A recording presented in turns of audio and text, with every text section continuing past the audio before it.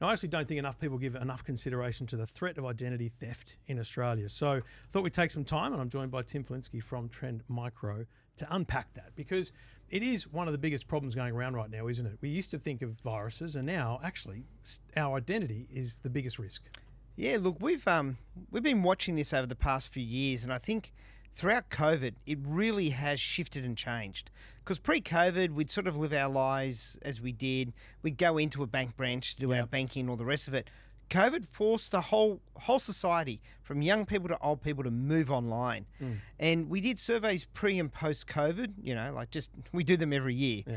But what's happened is identity theft has moved from something in top 10 issue, not top 5, but top 10, to be in the top 3 issues that people are worried about now. That is how concerned people are. And underlying that, people believe it's actually only going to get worse.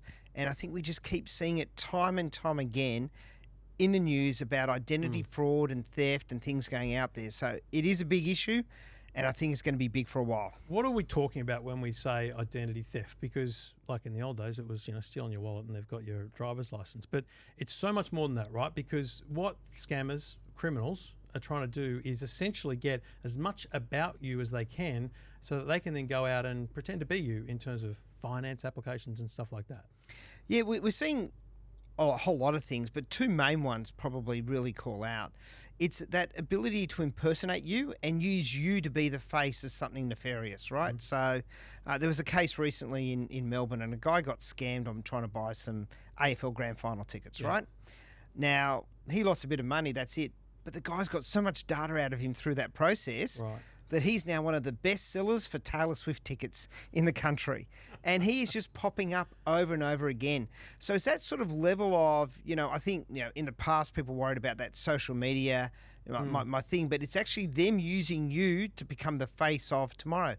I even noticed Gina Reinhardt has written directly to Mark Zuckerberg and just said, you've got to stop allowing people to use my name to sell fake things on Facebook, etc. So that's the number one thing that we're sort of seeing out there. But the number 2, which is worse, is they're trying to gain enough information to actually get that 100 points that they need to open up financial instruments in your name, whether it be a credit card all the way up to a bank loan. And to you to unpack that, on average takes 2.5 to 3 years to wind yourself back out of financial fraud, because the bank has got all your documents. They've legitimately gone through. How do we go the next step? You've got to prove not only that you're you, but the other you isn't you. Correct. And that takes time. Yeah, and they had the same documents. So you walk in, but hey, I have document number, my driver's license. And they said, yeah, but we already have that. Yeah. How do we know yours is not fake and theirs isn't fake and all the rest of it? And it actually becomes a very, very circular argument. And to do that properly, like what you would hope in the first place, the banks and all these other institutions just need to take time. And, I think, I go back 4 or 5 years and we were talking to people and, if you get hit by a bank, banks will take care of you. Banks are saying, shop online. It's all beautiful. It's all easy. You get hacked, we've got the, I think, ANZ Bank. We have the Falcon that'll look after you. The reality is, if you do something wrong or you've done silly and you've let your identity out, you're now on the line for it. Right. Because they, like banks, to their credit, they'll often, if you're overseas, they'll say, is this really you? And they might stop your card. There's little things they do to help prevent fraud. But once you've made the mistake of essentially letting part of your identity go, they're putting the responsibility on you. And so how is that happening? Like, what is the most common way someone loses those points of ID, those 100 points?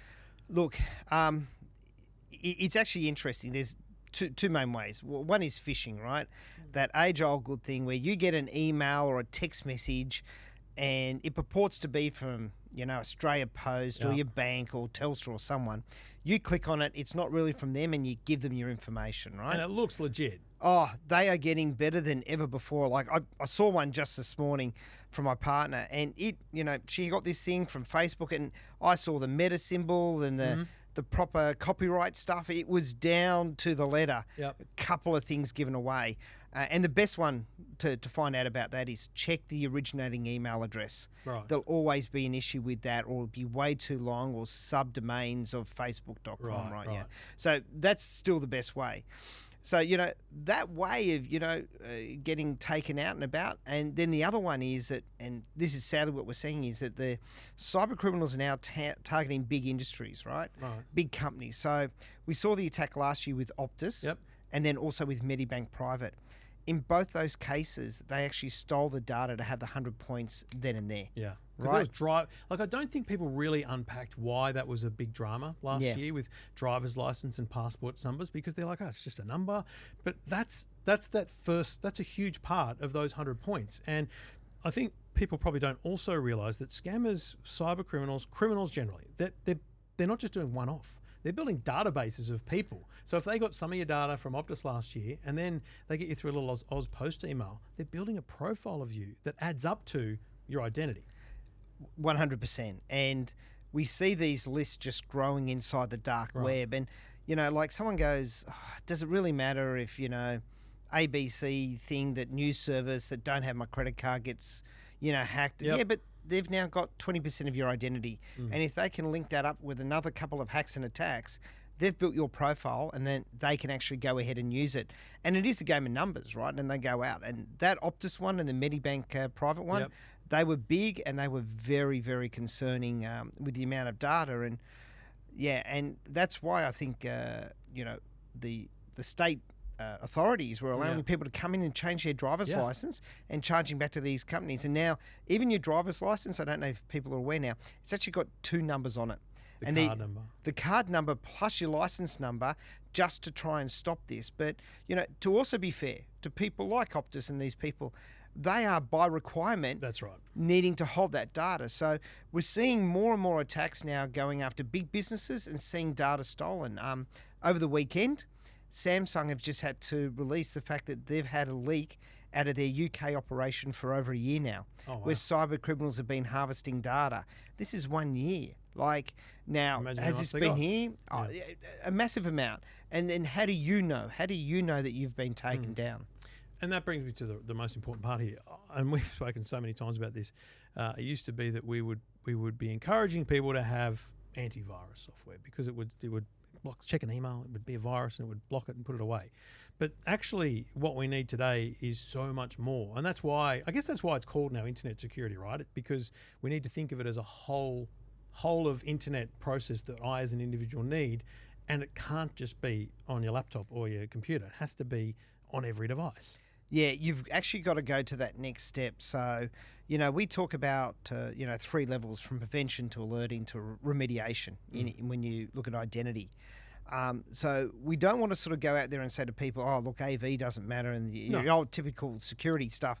That's fundamental. It will pick up a majority of how you yourself are getting hacked, from phishing emails to all this other kind of stuff. So you do need a really solid AV. And there's a lot of freemium brands out there on the marketplace, but having someone who focuses on that, highly important. But it's actually having that integrate with identity stuff, such as dark web monitoring, warning you when your identity is starting to show up on the dark web, what password and email combinations are showing up on the dark web. Because what we actually find is that we can alert people anywhere from 48 hours to 4 months before the company that has been hacked realizes they've been hacked. Once again, the one on the weekend, they've had that opening for a year. It's not, we all think that companies know straight away. They have such vast amounts of data, they may not realize for months that they've been hacked. That's why you want a dark web monitor. I did a video once on ID security and the idea that you'd be monitoring for me. Trend would be monitoring my driver's license, maybe my credit card number, certainly my passwords.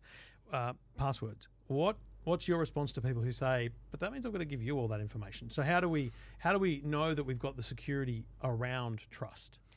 Yeah, look, it's an interesting one. I think for us big end security companies out there in the marketplace, we're being attempted to be hacked every day. Everything from denial of service to actually really trying to poke and probe any hole they can find to steal the data from us. So we're vigilant behind that, and we actually use sandboxes to keep all the information separated. So even if they get in, they can't actually see anything. And we're rejecting all those hits. Then how we look at your information into the dark web, we actually don't give our dark web researchers access to your information. what they actually get is partial information, and from that they return us all the results that may include that, and then outside the dark web we go and do the check for you. Gotcha. So we use these kind of, it's called hashing technology there. Yep. We use these kind of ways to ensure that your data is kept sacrosanct and locked away from other systems inside the business. What's the split, if you have it or know it, around mobile versus, call it PC? How big a problem is people getting essentially scammed, falling victim to things on their mobiles versus their computers, given I think a lot of people are simply blasé about their mobiles? Yeah, we've seen mobiles take off, and like one way to answer that is the reality that it's not about your PC or your mobile getting hacked. It's about what you're doing online. Yeah. And we're actually even seeing people get attacked on other devices outside of those, right? Anything that can access the internet, if you do something on that, you are susceptible to getting attacked. And I think as the world connects more and we're going to see more explosion behind that, that will start coming to play. So, you know, but on a mobile, on a small screen where we're probably not thinking and we're rushed and we're just clicking that link for Australia Post, I got a delivery today, especially as we lead into stuff like Christmas, most right? likely do. Yeah, and, you know, we're leading into Christmas now. People are going to be clicking on links.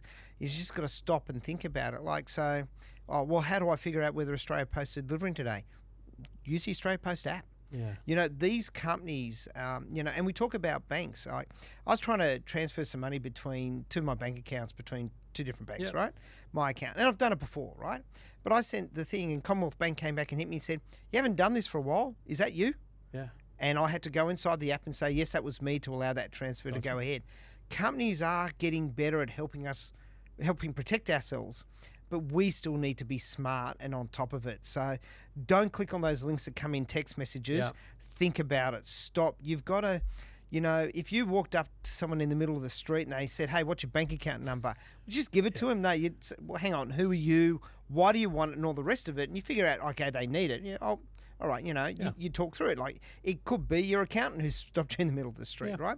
But at the same time, you know, we get a text message, we just click on it, go to the link, and it's all shortened links as well. Yeah. You don't know where it's going. You don't know where the end result is. So what's the latest in protection for me across my devices? I think that I've probably got a 6-device package at the moment because I've got so many computers and things. But, you know, I think about the package that I have. What are people looking for today? What have you got to offer people that really ticks these boxes? Because essentially you want it to be just a level of protection that sits there. It's like car insurance. You don't need it until you know you need it. And this should sit there and just protect me from clicking on SMS scams, doing all those things and letting me know what's happening on the dark web.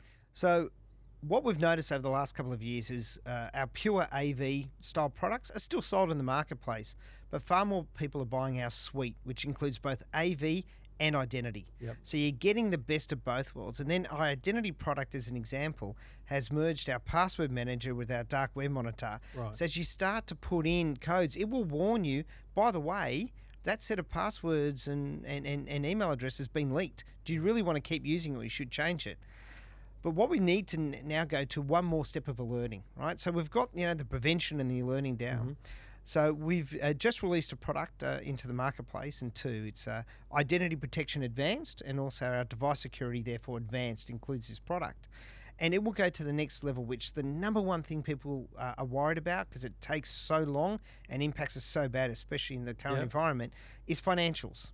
So we've partnered with Equifax to provide 12 months worth of credit monitoring services. So even if you get to that point where you're seeing that your identity's been leaked, which can be beyond your requirement. Unfortunately, a company's been hacked that had your data and leaked it out there. You will be warned by Equifax every time there's movement on your credit file. So if someone tries to take a bank card or a MasterCard out in your name, or take a loan out in your name, they will actually send you a ping saying there's activity on your account, and you can straight away jump to that and call your financial institution and say, hey, that wasn't me. You need to put a hold on that and check that. And they offer other services, such as even putting a hold on your credit account. So therefore, if a bank tries to lodge a new file application, they'll say, hey, this person isn't trying to take anything out at the moment. I've no interest in financing anything right now. It should be a zero. It should be just off so that it can't be done. And that's the kind of thing that you can do through Equifax. 100%, because at the end of the day, prevention And, catching it up front is better than trying to resolve it in the back end. And, with the remediation services we see out there, by then your life is already impacted. So we're trying to do more up front to actually help people in saying, well, the next stage is to also now to start watch your credit file, because sometimes it's outside your control when your information gets stolen. So have protection, which is the most important thing. But the other basic principles here around identity theft, identity fraud, are just to stop, to pause before you go clicking things and reading things, because actually I think most people just have an inherent level of trust around the messages they receive, the emails they receive. In reality, the more we stop and wait, the more likely we are to catch ourselves before it happens. Yeah, and just like basics, as I was mentioning before, go and use the official apps. Don't click on the short links. Go and have a look at the Australia Post app to find out about your latest delivery. Turn on two-factor authentication as well, because sometimes you'll get a ping when someone's got your information trying to access your account, because it'll still turn up on your phone to authorize the latest access, and you go, I now know something's wrong. Password managers as well, it's the one thing that people don't like using. I got to say, I use that and two-factor authentication just to keep myself secure. Yeah, there's so many things you can do. It's a simple approach, but I feel like it's life admin. People need to know that they've got to take some time out to actually protect themselves, and using the power of software plus what we've advised here kind of gets you through that, Tim.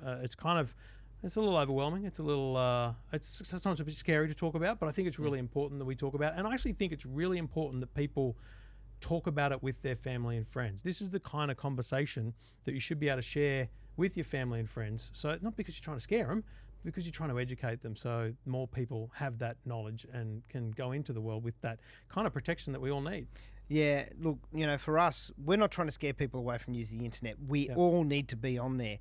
But if we follow some basic rules, the same as we learn to drive a car, we can protect ourselves and keep ourselves protected whilst we're out there, and then have some backups. It's like car insurance, right? You drive on the road, you might get hit by a car, but you've got the insurance policy that'll help you. Products such as ours are that insurance policy to help protect you and warn you if you're going a little bit astray. But being aware and being vigilant, I think, is still the fundamental part. And I look for the word advanced on the new product. That gives me the extra protection of the credit advanced gives you that ring of protection that, like if other people go awry on you as well, you've just got that extra level of protection. Yeah. Thanks for your time. Thank you very much, Trevor.